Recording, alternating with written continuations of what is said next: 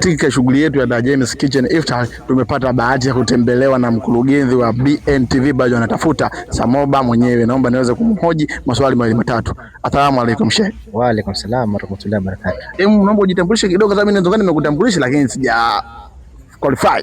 Bana, mimi ni mkurugenzi mtendaji wa BNTV na leo nipo hapa kwenye Iftar ya James Kitchen wakishirikiana na Waji Charity kama mdhamini wa media sponsor au media partner.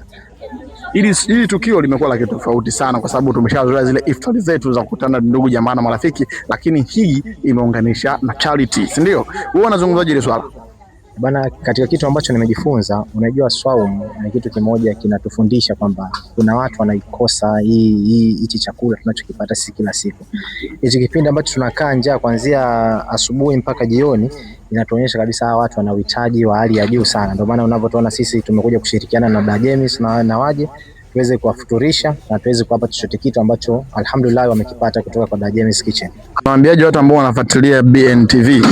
Bana, BNTV tulikuwa tumepause kwa muda kwa sababu ya mambo ambayo tulikuwa tunaweka tayari, lakini kutokana na hii iftari James ndugu yangu aliniomba kwamba nahitaji uwepo na nikaona ni swala la sadaka kwa ndugu zetu mayatima ambao watoto wanaohitaji mahitaji niweze kuwapatia content tofauti. Ndio maana leo hii umeiona tumeiweka, lakini vitu vingi vizuri vinakuja ndani ya BNTV. Kwa wale watazamaji wetu waendelee kukaa mkao wa kula, vipindi ni vingi vishashutiwa tayari, wajiandae kuburudika.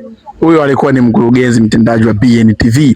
Yaani amekuja kama bosi wangu ndio nimemhoji, ndio maisha yanavyoenda. Kwa hiyo tunakuomba sana endelee kuwa na BNTV kuanzia leo na siku zijazo. Usichoke kutufuatilia kwenye mitandao yote ya kijamii kuanzia YouTube, Instagram, TikTok, hata pale WhatsApp tunapatikana kwenye channel yetu ya Bado Anatafuta TV. Asante sana mkurugenzi.